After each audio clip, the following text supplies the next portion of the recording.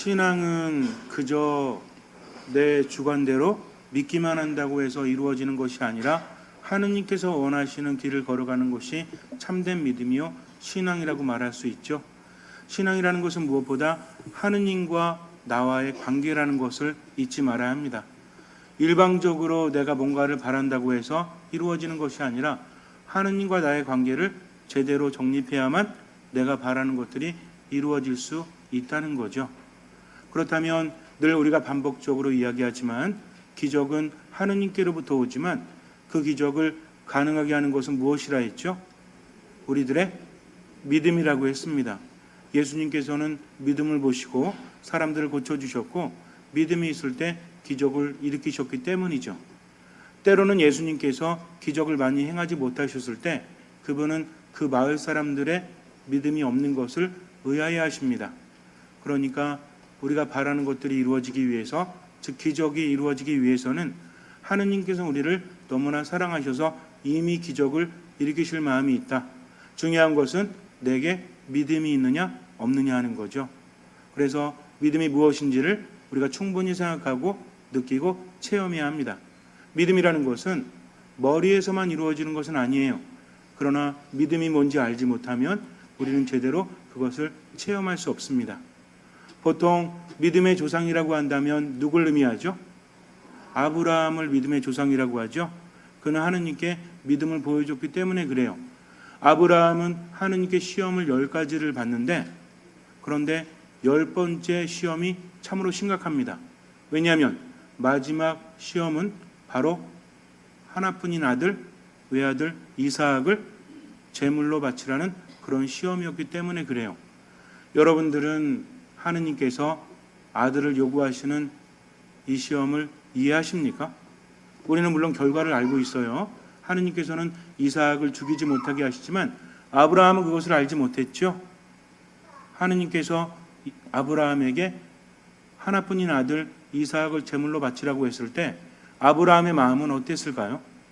많은 사람들이 여기에 대해서 받아들이지 못해요. 여러분들은 받아들이십니까? 내가 하느님 사랑하고 믿는데 어느 날 하느님께서 나에게 나타나셔서 너의 자식을 나에게 제물로 바쳐라 라고 말씀하신다면 그런 하느님을 여러분들은 믿으시겠습니까? 그럼 제가 이렇게 말해야 되나요? 믿으시겠습니까? 이렇게 해야 돼요? 어떠세요? 솔직하게. 그렇게 한다는 것이 참으로 쉬운 일은 아니에요. 내가 믿음을 고백한다는 것. 그런데 믿음이란 뭐라고 그랬죠? 어원상으로 따진다면 나의 심장을 하느님께 드리는 거다. 이것이 무슨 의미입니까? 내 생명조차도 하느님께 드린다는 것. 어떤 일이 있든지 간에 내 뜻이 아니라 누구의 뜻을?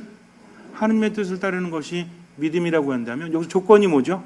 어떤 상황이라고 할지라도 그러면 하느님께서 우리에게 자식을 죽여서 제물로 바치라고 하는 상황은 어떤 상황이라고 할지라도에 포함이 됩니까? 안 됩니까? 포함이 되지요. 그렇다면 내가 내 자식을 바치는 건 빼고라고 한다면 이것은 믿음이 성립될 수 있어요? 없어요? 성립될 수 없어요. 하느님께서 요구하시면 무엇이든지 나는 드려야만 한다는 거죠. 물론 이것이 신앙이라는 것을 알고 나도 그 신앙을 갖고 싶지만 그래도 너무하잖아요. 왜냐하면 하느님답지 못하기 때문입니다. 우리가 온전히 믿을 수 있는 것은 그분이 우리를 사랑하시기 때문이요. 그분은 사랑의 하느님이시라는 전제가 있기 때문이죠. 그러니까 온전히 신뢰하지 않습니까? 내가 온전히 신뢰하기 때문에 내 심장도 드릴 수 있는 거지. 만약에 나에게 자식마저 죽이라고 요구하는 신이라면 내가 따를 필요가 뭐가 있어요? 임마누엘 칸트조차도 이해하지 못했어요.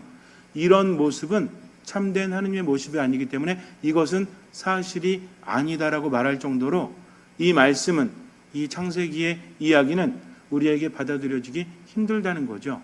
자, 그런데요, 이 이야기의 진실을 알고 나면 사실과 진실의 차이는 있죠. 진실을 알고 나면 오히려 우리는 전혀 다른 것을 깨닫게 되고 체험하게 됩니다. 그러기 위해서는 먼저 우리가 알아야 될 것들이 있는데 아브라함이라는 사람이 하느님께 불리움을 받을 때 이 상황 자체가 참으로 이해하기 쉽지 않아요. 왜냐하면 아브라함 보러 이제 자신이 살던 고향을 떠나라고 하느님께서 나타나셔서 그와 말씀을 나누실 때가 아브라함의 나이가 75세였습니다. 보통 75세면 편히 쉴 때입니까? 아니면 뭔가 새로운 것을 찾아서 떠날 때입니까? 물론 새로운 것을 찾아서 떠날 때긴 해요. 켄터키 프라이드 치킨 그 할아버지도 나이가 들어서 시작을 했다고 하잖아요. 그러나 시대가 다르다는 겁니다. 왜냐하면 아브라함은 유목민이에요. 그렇다면 많은 사람들을 끌고 자기가 살던 종착지를 벗어난다는 것은 다른 사람들에 의해서 죽임을 당할 수도 있고요. 지금과 같은 시대가 아니라는 겁니다. 먼 길을 떠난다는 것은 그쪽 세력과 충돌할 위험이 분명히 있기 때문에, 그런데 하느님께서는 떠나라고 하시죠. 젊다면 그렇게 해볼 수도 있어요. 그러나 나이가 75세에 새로운 것을 시작한다는 것은 참으로 쉬운 일은 아니라는 거죠. 그런데 하느님께서 뭐라고 하시냐면 내가 너의 자손을 하늘의 별처럼 많게 해주겠다라고 약속을 하십니다. 지금도 자녀가 많은 것은 축복이죠. 근데 요즘에 우리나라에는 아이들이 적어서 이제 우리 미래가 참으로 어둡다고 하지 않습니까? 옛날에는요, 자식이 많다는 것은 참으로 큰 축복입니다. 왜냐하면 노동력도 될 수 있고 세력도 점점 넓혀갈 수 있기 때문에. 근데 자식이 없으면 참으로 힘들어질 수밖에 없다는 거죠. 아브라함에게는 여러 가지가 있었지만 자식이 없었어요. 아브라함의 아내는 사라라는 사람인데 이 여인은 어떤 사람이었죠? 성경에서 말하는 최고 미인들 중에 하나죠. 그래가지고 원래 그 자기 아내임에도 불구하고 죽을까봐 아내라고 말하지 않고 누이라고 말하기도 하고, 원래 누이 관계이기도 했지만 우리하고는 좀 다르기 때문에, 그래서 자기가 죽음을 모면하기 위해서 왕 앞에서 뭐라고 합니까? 왕이 자기 아내를 마음에 들어 하니까 부인이라고 말 못하죠. 부인이라고 말했다가 나 죽을까봐 그래가지고 누이 동생이라고 하지 않습니까? 이런 일도 있을 정도로 외모가 어땠다? 굉장히 이뻤다는 거죠. 우리 형제님들 부러우십니까? 그런데 문제는 뭐였어요? 아이를 낳지 못했다는 겁니다. 너무나 사랑해서 일생을 그렇게 살았지만 어쩜 아브라함이라는 사람은 성격상으로 자기 아내만 바라봤던 것 같아요. 당시에는 아이를 낳지 못하면 첩을 얻을 수도 있는 그런 시대였습니다. 그런데도 아이를 낳지 못하는 아내도 사랑하면서 살았다는 거죠. 그래서 남편감으로는 아브라함이 괜찮은 사람이에요. 근데 문제는 뭐냐면 나이가 들 때까지 자식이 없었으니 얼마나 쓸쓸해요. 지금 시대하고는 다르다고 했죠. 그때는 여인으로서 결혼하면 가장 해야 될 것이 아무리 능력이 좋아도 의미가 없어요. 뭘 해야 됩니까? 자식을 생산해야 된다는 거죠. 근데 자식을 생산하지 못하고 아브라함은 75세, 그 아내 사라는 65세, 10살 차이입니다. 그렇게 됐는데 어느 날 갑자기 하느님께서 나타나셔서 떠나라고 하면서 내가 너에게 축복을 주어서 네 자손이 하늘의 별처럼 번성하게 하리라 라고 말씀하시니까 받아들이기가 쉬워요? 어려워요? 75세, 65세인데 아이를 낳는다? 요거 쉽지 않은 얘기예요. 그래도 믿죠. 그런데 문제는 뭐냐면 하느님께서 약속을 하시면 이제 내 나이가 75세고 내 아내가 65세면 자손이 번성하기 위해서는 아이가 언제쯤 태어나야 돼요? 하느님 만나고 난 다음에 바로 임신해가지고, 그래도 내 나이는 뭐 별 문제가 안 되지만 문제가 되긴 하겠죠. 잘 모르겠어요. 혹시 여러분들 주변에서 할아버지가 아이 낳았다는 얘기 들어본 적 있으시죠? 몇 살까지? 혹시 들어보신 분 중에 아이 낳았다고 그랬는데 이 아빠 나이가 가장 많은 게 몇 살이었습니까? 혹시 우리 어르신들 옛날에 들어본 얘기 없으세요? 70 넘으신 분이 아이 낳았다는 얘기 들어보셨어요? 그러니까 지금 제가 말하는 거는 이 아빠가 70 넘었다면 아이를 낳을 수 있는 확률이 있어요, 없어요? 있을 수 있다는 거죠. 근데 문제는 뭐예요? 이 부인이 65세라니까요. 이게 문제라는 거죠. 그러니 최소한 66세 때는 애를 좀 낳아야 되지 않습니까? 근데 혹시 60 넘어가지고 애 낳았다는 얘기 들어보셨어요? 이런 얘기는 들어본 적이 없죠. 그런데 1년이 지나고 2년이 지나도 애가 안 생겨. 그러니 하느님의 말씀을 온전히 믿을 수 있겠습니까? 믿을 수 없겠습니까? 농담하신 거거나 아니면 또 다른 의미가 있겠지 하면서 그래도 기다렸어요. 그런데 10년이 지나도 애가 생기지 않습니다. 그러다가 아브라함이 86세 때, 그러니까 사라가 몇 살 때? 76세 때 사라가 보다 못해서 자기 몸종이었던 하가르를 아브라함에게 내어줍니다. 이제 대를 이어야 되는데 하느님께서 약속하셨지만 그래도 시간이 너무 흘렀으니까 제 첩이라도 이렇게 받아들이셔서 아이를 좀 낳으시죠 해서 이제 아브라함이 처음에는 싫다고 그랬는데 아내가 원하니까 그렇게 받아들입니다. 남편감으로 좋은 사람일까요? 아닐까요?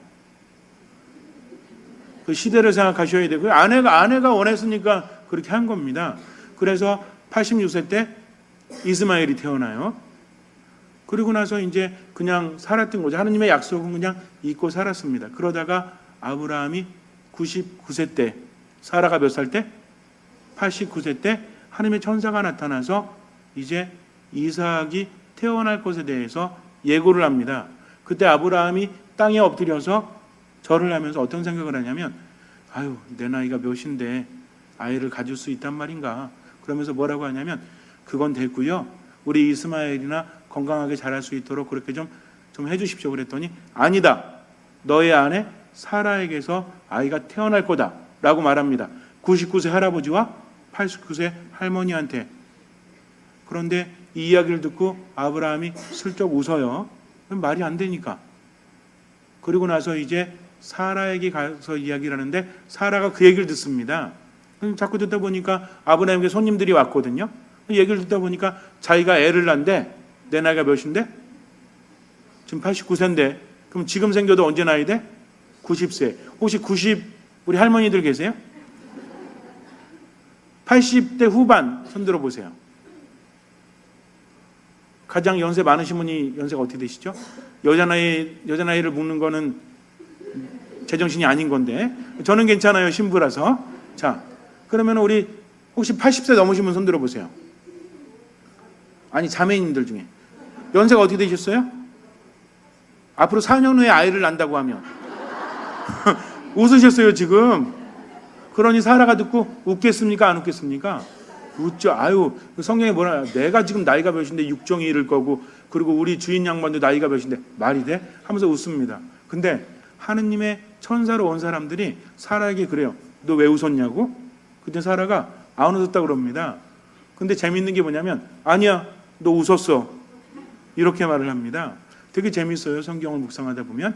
그리고 나서 1년 후에 아이가 생겨서 아이를 낳게 되죠. 이때 아브라함의 나이 100살이요 사라의 나이 90살입니다. 그러니 이삭이 태어난 자체가 기적이에요 아니에요? 이건 도저히 인간적으로 생각해 볼 수 없는 오로지 하느님께서 주신 그런 아들이었다는 거죠. 그리고 나서 이삭을 키우면서 아브라함은 얼마나 행복했을까요? 그동안 많은 것들을 얻었다고 할지라도 내가 그토록 바랬던 아들이 태어났다는 것은 나중에 자손이 많든 안 많든 이건 문제되지 않아요. 지금 하나뿐인 아들 얼마나 소중합니까? 더군다나 그 이스마엘 있죠. 이스마엘은 어떻게 됐어요? 여자들이 문제긴 해요. 처음에 이제 하가르에게 이스마엘이 태어났을 때 하가르가 자기 주인인 사라를 막 무시하고 그러죠.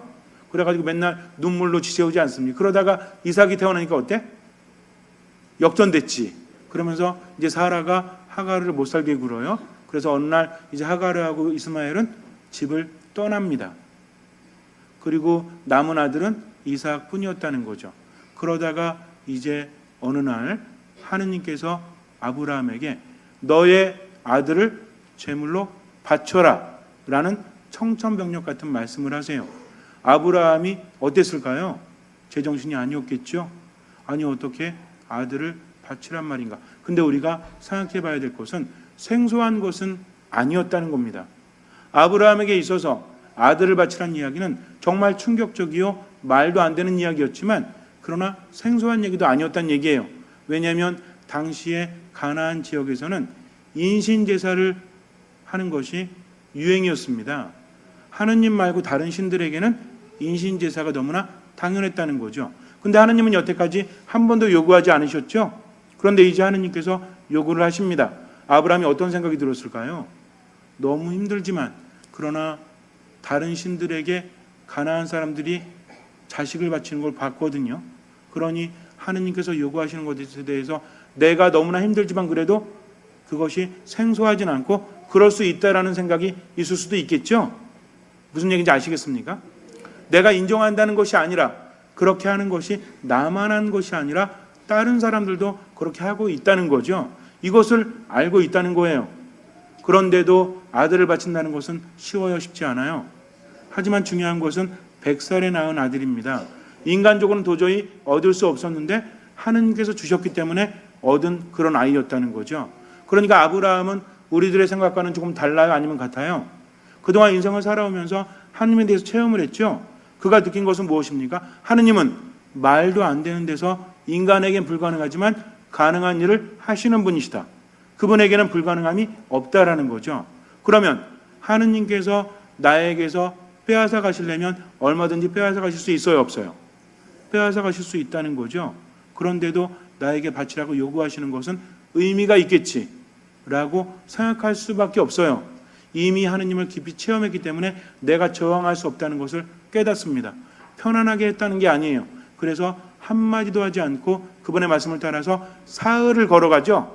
그래서 모리아 땅에서 제물을 바치라고 하는데, 이 모리아 땅에 있는 그 제단이 뭐냐면 바로 아담이 하느님께 제사를 봉헌했던 장소래요. 그리고 노아 형수가 끝난 다음에 방주에서 나와서 하느님께 제사하죠. 이게 모리아 땅이래요. 그리고 나서 나중에 여기에 예루살렘 성전이 세워집니다. 지금도 가보면요, 예루살렘 성전이 있던 장소에 지금 뭐가 있어요? 이슬람 성전 돔이 있죠. 거기 황금사원이라고 해서, 그래서 바로 그곳이 아브라함이 이삭을 제물로 바치려고 했던 곳이다. 그리고 이곳에서 이슬람 사람들은 성지라고 하죠. 마호메트가 승천했다라고 믿는 바로 그런 곳입니다. 굉장히 유명한 곳이에요. 지금도 예루살렘 한복판에 가면 그곳이 있는데, 어쨌든 아들을 데리고 사흘 동안 가면서 얼마나 괴로웠을까요? 하느님이 달라고 하시니까 드릴 수밖에 없는데, 그러나 내가 아들을 제물로 바친다는 것이 얼마나 괴로워요. 우리가 보통 자식을 위해서 부모는 목숨도 내놓죠. 자식이 죽는 것을 지켜본다는 게 얼마나 힘듭니까? 근데 병으로 죽는 것도 아니고 사고로 죽는 것도 아니고 어떻게 죽어야 돼요? 내가 죽여야 되지. 그러니 기가 막힐 수밖에 없죠. 사흘을 가면서 제정신이겠습니까? 제정신이 아니죠. 하느님, 얼마나 원망스러울까요? 그러나 당신이 하라고 하시면 어쩔 수 없이 해야 되는 그 마음이 얼마나 괴롭고 얼마나 힘들겠습니까? 자신의 무능력함, 여태까지 하느님을 믿었는데 이렇게 나를 쳐버리시나, 내가 무슨 죄를 졌길래 하면서 과거를 돌아보면서 얼마나 많은 고통 속에 있었을까요? 그렇게 사흘을 걸어가서 산으로 올라가야 되는데 나머지 사람들은 내버려 두죠. 그리고 이삭하고 자기만 둘만 올라갑니다. 근데 이삭이 물어요. 아니 아버지, 장작도 있고 칼도 있는데 그런데 제물로 쓸 짐승은 어디 있습니까? 그랬더니 아브라함이 하느님께서 선수 마련하신단다 라고 이야기할 수밖에 없어요. 그리고 걸어가는데 마음이 얼마나 아팠을까요? 그래서 이제 올라가서 이삭을 꽁꽁 묶죠. 그리고 어떻게 해요? 이게요, 보통 칼로 찔러 죽이는 것보다는 배를 갈라서 내장을 꺼내야 돼요. 그리고 불살라서 봉헌해야 한다는 겁니다. 제정신으로 할 수 있는 게 아니에요. 지금 완전히 제정신이 아닙니다. 피눈물을 쏟을 수밖에 없는 상황이죠. 그런데 여기서 한 가지 재미있는 게 뭐냐면, 성서학자들을 보면 어떤 분들은 참 특이하기도 해요. 지금 이삭을 보면 이삭이 몇 살쯤 됐을 거다? 우리가 보통 가지고 있는 이미지는 이삭의 나이는 10대 중반 정도 됐을 거다라고 생각을 하죠. 지금 이삭이 뭘 메고 갔죠? 장작을 메고 갑니다. 아버지는 힘이 없어요.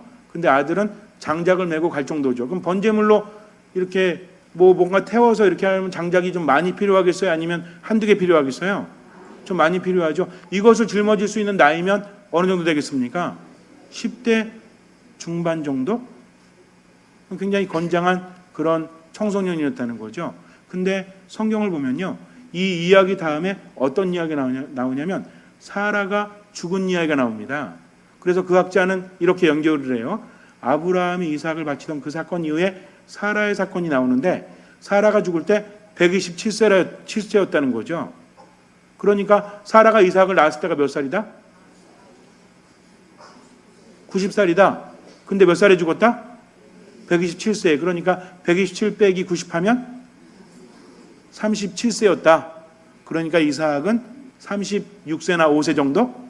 아니면 37세일 수도 있고 바로 이어지기 때문에, 그래서 아브라함이 이삭을 죽이려고 했던 것뿐만 아니라 이삭이 받아들이지 않았다면 어떻게 30대 그 청년을 죽일 수 있겠는가 하면서 이것은 단순히 아버지만이 한 게 아니라 아들이 받아들인 거다라고 말합니다. 근데 여기는 좀 문제가 있어요. 어떤 문제가 있냐면 아브라함과 이삭의 재물 사건 다음에 사라의 죽음이 나왔다고 해서 이것이 바로 이어지는 사건이라고 볼 수는 없다는 겁니다. 그렇게 생각하시면 편하면 그렇게 생각하시든지, 그런데 대부분의 학자들은 그게 아니라 한 10대 중반이었을 거다라고 짐작한다는 거죠. 그러면 10대 중반이면 지금 아버지보다 힘이 세겠어요, 안 세겠어요? 아버지가 몇 살? 100살에 얻었으니 110 몇 살이죠? 그럼 자식은 10 몇 살이고, 그리고 아버지는 장작을 질 힘이 없으니까 아들이 질만 하니까 아들한테 맡겼던 거고, 그러면은 아브라함과 이삭이 대결하면 누가 이길까요? 어떤 신체적인 측면에서 본다면 이삭이 더 우세하지 않겠습니까? 그런데 밧줄로 묶을 때까지 가만히 있었다. 그래서 죽임을 당했다가 아니라 어쩌면 아버지가 원하시니까 체념한 걸 수도 있고요. 온전히 자기가 응답한 걸 수도 있겠죠. 그러나 뭐 이건 중요하지 않아요. 그래서 이삭을 죽이려고 하는데 아이러니한 게 뭐냐면 이삭이란 이름의 뜻이 뭔지 아세요? 그가 웃었다란 뜻입니다. 아브라함도 웃고 누구도 웃었어요? 사라도 웃었죠? 근데 이삭은 지금 웃을 수 있는 상황이 아니죠? 별의별 생각을 다 했겠죠.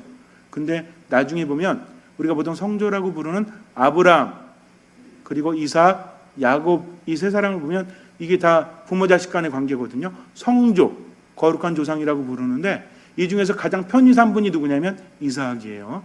가장 고생 안 한 사람이 이삭입니다. 아브라함도 엄청 고생했죠. 이삭의 아들 야곱도 엄청 고생했죠. 근데 이삭은 고생한 거 나와요, 안 나와요? 오늘 요거 빼면 고생이 안 나와. 그러니까 나중엔 삶이 아주 굉장히 핀 사람이에요. 근데 여기서 중요한 것은 어쨌든 가나안 지역에서는 인간을 제물로 바치는 것이 너무나 당연했다는 거죠. 그러니까 어떤 척도냐면 인간을 제물로 바칠 정도면 내가 그 신에게 완전히 귀의한다는 겁니다. 이것이 그 당시에 척도였다는 거죠. 그래서 아브라함도 그것을 받아들입니다. 근데 중요한 것은 하느님께서는 아브라함의 뭘 보셨죠? 믿음을 보셨다는 거죠. 10번째 시험을 그렇게 통과했고 네가 너의 사랑하는 외아들 이삭을 나에게 바치려고 했으니 그 믿음만 내가 받아들이겠다. 그러니 아이는 손끝 하나도 손대지 말아라고 말씀하십니다.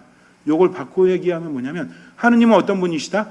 믿음을 보시는 분이지 사람을 제물로 받는 분이 아니다 라고 당시에 가나안의 다른 종교하고는 완전히 차별적인 모습을 보여주시는 겁니다. 하느님은요 이 과정을 통해서 깨닫게 하시거든요. 내가 너에게 요구해서 네가 그런 행동을 했지만 나는 어떤 신이다? 나는 인간을 제물로 바치는 제물로 받는 신이 아니라 인간의 무엇을 보는 신이다? 믿음을 보는 그런 하느님이심을 이 사건을 통해서 알려주었다는 거죠. 이걸 분명히 알아야 됩니다. 그러니까 이 사건을 보면서 어떻게 하느님이 인간을 요구할 수 있는가 이렇게 좀 국한적으로 생각하시면 안 돼요. 이미 당시는 그런 시대였고 하느님께서 오히려 사람이 아닌 믿음을 보시고 받아들이셨다는 거죠. 아이러니하게도 하느님은요 그런 요구를 하셨지만 결국은 인간을 제물로 받아들이지 않으셨지만 당신의 아들은 어떻게 했습니까? 하느님의 아들 예수 그리스도는 이삭이 장작을 메고 언덕을 올라간 것처럼 예수님 뭘 메고 가셨어요? 십자가를 지고 올라가셨죠. 근데 마지막에는 이삭은 살려줬지만 결국 하느님은 어떤 분이세요? 당신 하나뿐인 아들을 죽게 하신 분입니다. 누굴 위해서? 우리를 위해서. 그러니 그분이 우리에게 자식을 바치라고 하실까요? 안 하실까요? 그런 일은 없다는 거죠. 그래서 이 내용을 통해서 우리가 많은 것들을 깨달을 수 있는데 이 이야기가 기록된 곳이 바로 가나안 지역에 다시 돌아온, 그러니까 원래는 아브라함 말고 그 이후에 탈출기 알죠? 이집트를 탈출해서 가나안에 정착하지 않습니까? 다시 그때 가나안 사람들의 종교를 받아들여서 그 형식을 받아들여서 이스라엘 사람들 중에서 어떤 사람들이 있었냐면 인신 제사를 바친 사람이 있었다는 겁니다. 그래서 예레미야 예언자가 여기에 대해서 엄청나게 비판하죠. 그리고 율법에 의해서 이것은 금지됐죠. 그래서 이거에 대해서 다시 한번 강조하기 위해서 창세기에 이 부분이 삽입이 된 겁니다. 그러니까 우리가 알고 있는 그 내용 자체보다는 사실 자체보다는 뭘 봐야 된다? 진실을 봐야 된다는 거죠. 그래서 하느님은 그렇게 요구하시지만 뭘 깨닫게 하기 위해서 하느님은 인간을 제물로 받는 신이 아니라 그의 믿음을 보는 하느님이심을 우리에게 알려주기 위해서 바로 아브라함을 그렇게 시험하신 겁니다. 어떻게 보면 시험이긴 하지만 어떻게 보면 하느님께서 당신을 우리에게 알려주시는 그런 계기가 되었다는 거죠. 이 말씀을 묵상하면서 우리는 여러 가지 생각할 수 있어요. 하느님은 당신 하나뿐인 아들을 우리에게 오히려 주신 분. 그러니 우리가 걱정할 게 있어요, 없어요? 오늘 독서에서 뭐라고 합니까? 이 독서에서 하느님께서 우리 편이신데 누가 우리를 대적하겠습니까? 당신의 친아드님마저 아끼지 않으시고 우리 모두를 위하여 내어주신 분께서 어찌 그 아드님과 함께 모든 것을 우리에게 베풀어 주지 않으시겠습니까? 하면서 로마서 8장 32절에서 사도 바오로는 우리에게 이야기해 주고 있습니다. 하느님은 이렇게 사랑이 깊으신 분이라는 거죠. 그렇다면 우리가 살아가면서 내 자식을 바치지 못해도 그런 믿음을 따르지 못해도 어떤 상황이든지 간에 하느님의 뜻을 먼저 생각하고 그분의 뜻을 따를 수 있는 거는 할 수 있지 않습니까? 비록 실패할 때도 있지만 그래서 사순시기 보내면서 담배 끊어야 되겠다 이런 것보다도 오히려 무엇을 어떤 상황이든지 간에 하느님의 뜻을 내가 깨닫게 되면 그것을 실천해야 되겠다라고 마음먹으면서 살아가면 내 자신이 바뀌겠습니까? 안 바뀌겠습니까? 그동안 안 바뀌었던 것은 내 안에 내가 너무나 크기 때문에 그래요. 그러나 겸손한 사람은 어떤 상황이든지 간에 내 기분대로 내 감정대로 살아가는 것이 아니라 누구의 뜻대로? 하느님의 뜻대로. 때로는 화가 날 때도 있죠. 때로는 삶을 포기하고 싶을 때도 있어요. 때로는 공허함 때문에 괴로울 때도 있습니다. 그러나 우리는 누구 안에 살아가요? 하느님 안에 살아가고 그분의 뜻대로 살아가니까 지금 하느님께서 나에게 행복하길 바라십니까? 불행하길 바라십니까? 아무리 봐도 불행할 수밖에 없는데 행복하길 바라신다면 나는 어떻게 살아야 돼요? 행복하게 살아가야 한다는 거죠. 100살 할아버지도 애를 낳는데 90살 할머니도 아이를 낳는데 우리가 좀 불행하다고 해서 행복하지 못할 이유가 무엇이 있습니까? 하느님께서 함께 하시는데 믿음이란 이런 거예요. 남들이 다 안 된다고 할지라도 하느님께서 하라고 하시니까 내가 최선을 다하는 거. 근데 중요한 것은 하느님의 뜻을 알아야지만 그렇게 살 수 있죠. 그럼 어떻게 할 수 있죠? 침 튀겨가지고 하느님 뜻이 무엇이죠? 아니면 정화수 떠놓고 밤 12시에 주님 뜻을 좀 알려주십시오 이렇게 해서 그것이 아니라 하느님의 뜻은 어디 있어요? 말씀 안에 있습니다. 말씀을 듣다 보면 깨닫게 돼요. 액면 그대로 내게 다가오는 것이 아니라 말씀이 내 안에서 활동하게 되면 전혀 새로운 의미로 깨닫게 된다는 거죠. 그러니까 미사에 온전히 머물고 말씀 묵상하고 기도하다 보면 하느님의 뜻을 알게 돼요? 모르게 돼요? 알게 됩니다. 예전과 달라요. 옛날에는 내 기분대로 내 뜻대로 살아갔다면 이제 하느님께서는요 말도 안 되는 요구하십니다. 용서하래요. 내 그 인간을 어떻게 용서해? 근데 용서하래요. 그러니까 그럴 땐 누구의 뜻을? 하느님의 뜻을 따라서 겸손되이 기도하십시오. 때로는 몸도 힘들어 죽겠는데 하느님은 더 활동적으로 살래요. 아니 어떻게 그렇습니까? 그럴 때 뭐 생각하면 돼요? 사라는 90에 애 낳았다는 생각하세요. 그러니까 나에게는 이런 것들이 불가능한 거야? 가능한 거예요? 가능하죠. 누구 때문에? 하느님 때문에. 이렇게 하다 보면 얼마나 바뀌는지 몰라요. 내 삶이 안 바뀌는 건 그동안 안 참았잖아요. 화나면 화나는 대로 말하고 화나는 대로 행동하고 그러니까 부부간의 관계도 안 좋아지고 사람들과의 관계도 안 좋아지지 않습니까? 툭 하면 포기해버려. 조금 힘들면 안 하고 술 먹고 인생 포기한 것처럼 살아가니까 안 바뀌었죠. 근데 하느님께서 뭐라고 하셔? 포기하지 마. 언제까지? 죽을 때까지 해봐 하면서 최선을 다해서 하다 보면 기적이 일어날 수밖에 없죠. 왜? 하느님께 온전히 신뢰를 두었기 때문입니다. 우리가 뭐간디 인생에 대해서 스스로 판단합니까? 내 인생은 아무것도 아니라고요? 내 인생은 찌질하다고요? 내 인생은 안 바뀐다고요? 언제까지 판단하면 안 돼요? 죽을 때까지. 왜? 아브라함은 100살에 애 낳았으니까. 그러니까 나는 최소한 언제쯤 판단하면 돼요? 100살 돼서 판단하시면 그건 조금 봐줄 수 있어요. 그러나 하느님께는 불가능함이 없다는 신뢰를 가지고 최선을 다한다면 분명히 바뀝니다. 여러분들은 하느님 안에 머물면서 내 자신이 바뀔 수 있다고 신뢰하십니까? 예, 아니요, 둘 중에 하나로 큰 소리 대답하세요. 여러분들은 하느님 안에 머물 때 내 인생이 바뀔 수 있다고 하느님을 신뢰하십니까? 네. 여러분들은 하느님 안에 머물 때 우리들의 인간관계도 바뀔 수 있다고 신뢰하십니까? 네. 그러면 하느님 안에 온전히 머물고 최선을 다하도록 하십시오. 미사, 기도, 말씀, 목숨 걸고 머물도록 하십시오. 하느님의 뜻이 무엇인지 알면 최선을 다해서 실천하도록 하십시오. 그럴 때 기적은 일어납니다. 잠시 눈을 감으세요. 때론 너무나 힘들어서 믿지 못할 때도 있어요. 그러나 중요한 것은 하느님께는 불가능함이 없다는 것입니다. 그분이 요구하시면 인간적으로 불과해도 실천하세요. 어떻게 저 사람을 용서할 수 있단 말인가? 어떻게 내 삶이 행복해질 수 있단 말인가?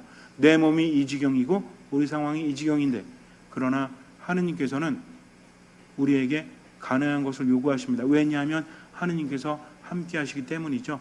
아브라함, 사라는 그 늙은 나이에도 아이를 잉태했고, 아브라함은 온전히 신뢰했기 때문에 모든 것이 하느님의 것이라는 것을 알았기 때문에 자식마저도 바칠 수 있었던 것입니다.